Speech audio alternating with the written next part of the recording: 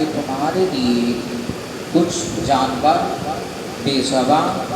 حلال کیے گئے ہیں، الا ما یتلا علیکم غیر محل الصید وانتم حرم، اور فرمایا کہ یہ حکم جو تمہارے لیے حلال جانوروں کا ہے یہ تم پر بالکل حلال ہے، لیکن جب تم حالت احرام میں ہو وانتم حرم تو اس وقت تم پر یہ چیز بھی حرام ہے، یعنی اس وقت حلال چیز بھی حرام ہو جاتی ہے کہ جس طرح ہم نماز کی تکبیر اولیٰ کی ابتدا کرتے ہیں، اللہ اکبر کہتے ہیں،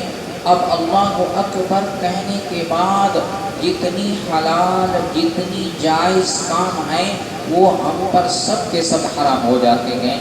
اب ہم نے انہیں نہیں کرنا چاہے وہ جتنا ہی اچھا کام کیوں نہ ہو، کیونکہ ہم ایک اچھے کام کی ابتدا کر چکے ہیں۔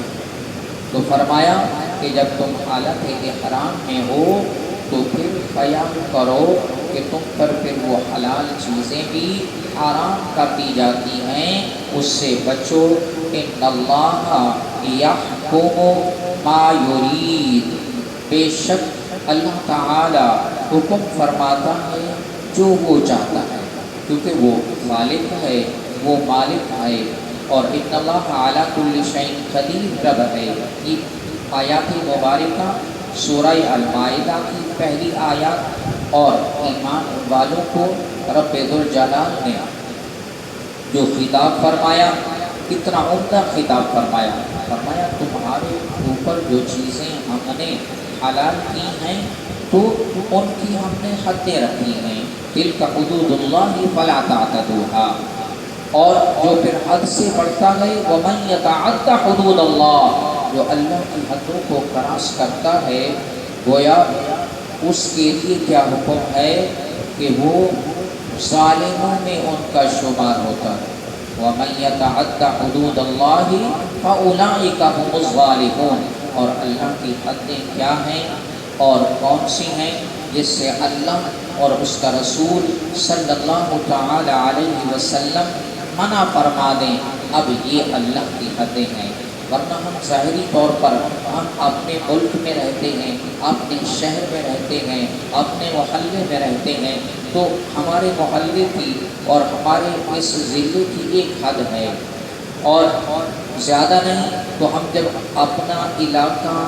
کراس کرتے ہیں تو آپ کو سائن بورڈ نظر آتے ہیں کہ اب یہ حدود جو ہے فلاں علاقے کی شروع ہو گئی ہے، ہم جس چیز سے ڈرتے ہیں پھر اس چیز کا نام لکھا ہوا ہوتا ہے تاکہ پتہ چل جائے کہ بھی یہ درخشاں تھانے کی حدود ختم ہو رہی ہے، یہ گزری تھانے کی حدود ختم ہو رہی ہے، کیونکہ سرکاری طور پر سائن بورڈ صرف تھانے والوں کے لگے ہوتے ہیں اور ہمارے تو کسی کے نہیں لگے ہوتے، اللہ کرے ہمارے تو مدینے کے بورڈ لگے ہوئے ہونے چاہیے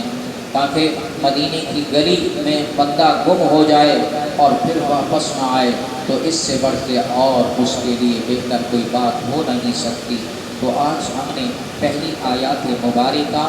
اور سورہ المائدہ کی، اور جس میں حکم ایمان والوں سے ہے، اور اس میں تورات کا بھی انشاءاللہ ذکر آئے گا، اور اس میں انجیل کا بھی ذکر آئے گا، اس میں قرآن کریم کا بھی ذکر آئے گا، اور اس میں وضو کے فضائل بھی اس میں آئیں گے، اور نماز کا حکم بھی اس میں آئے گا کہ نماز سے پہلے اے ایمان والو تمہیں کیا کرنا ہے، اور اس میں انبیاء علیہ السلام کا کثرت سے ذکر ہے، اور سیدنا آدم علیہ نبینا علیہ السلام کا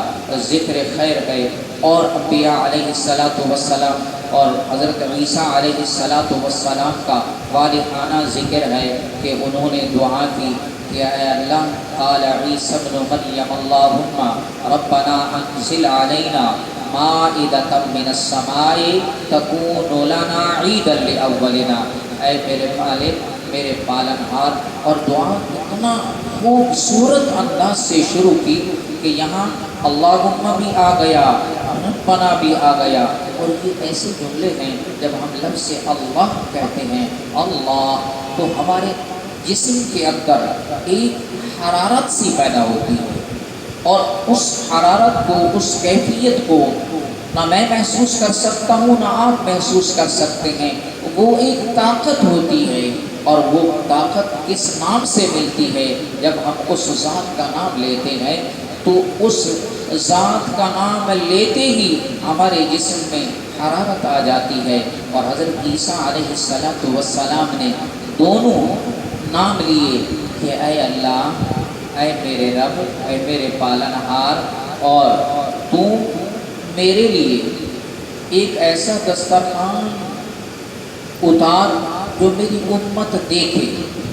اور امت نے دیکھا، اور وہ دسترخوان نعمت، مائدہ کا لفظ اسی لیے، سورت کا نام ہی مائدہ اس لیے ہے کہ اللہ رب العزت نے اپنی قدرت کاملہ کے ساتھ اور دسترخوان ایسے نازل فرمایا کہ اس پر ہر ایک چیز سجی ہوئی تھی اور ڈھکا ہوا تھا اور پکا ہوا تھا، اور لذت ایسی تھی کہ حضرت عیسیٰ علیہ السلام کے ساتھیوں نے کہا کہ اے عیسیٰ علیہ السلام، آج تک ہم نے ایسی خوشبو سونگھی نہیں، دیکھی نہیں، اور ہمیں میسر ہی نہیں ہوئی۔ اور حضرت عیسیٰ علیہ السلام نے رب کی بارگاہ میں التجا جب کی اور عرض کی، مولا کہ وہ جو نعمت، جو مائدہ ہو، وہ تیری قدرت کا ایک شاہکار ہو اور میری نبوت کی ایک بڑی دلیل ہو، تاکہ مجھے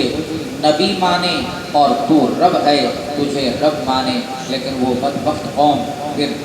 ذرا آگے بڑھ گئی اور اللہ کا بیٹا کہنے پر اور بہت سارے کاموں پر اتر آئی۔ اللہ تعالیٰ حضرت عیسیٰ علیہ السلام کے تصدق سے اور ہمارے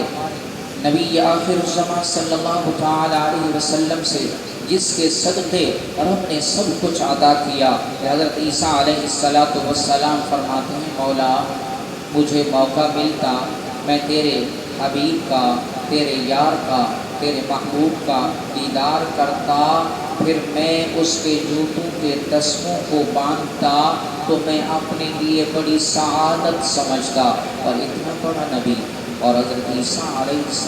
السلام جیسی ہستی، اصل وجہ کیا ہے؟ وجہ یہ ہے، رب ذوالجلال نے جب ایک توحید کی کانفرنس سجائی تھی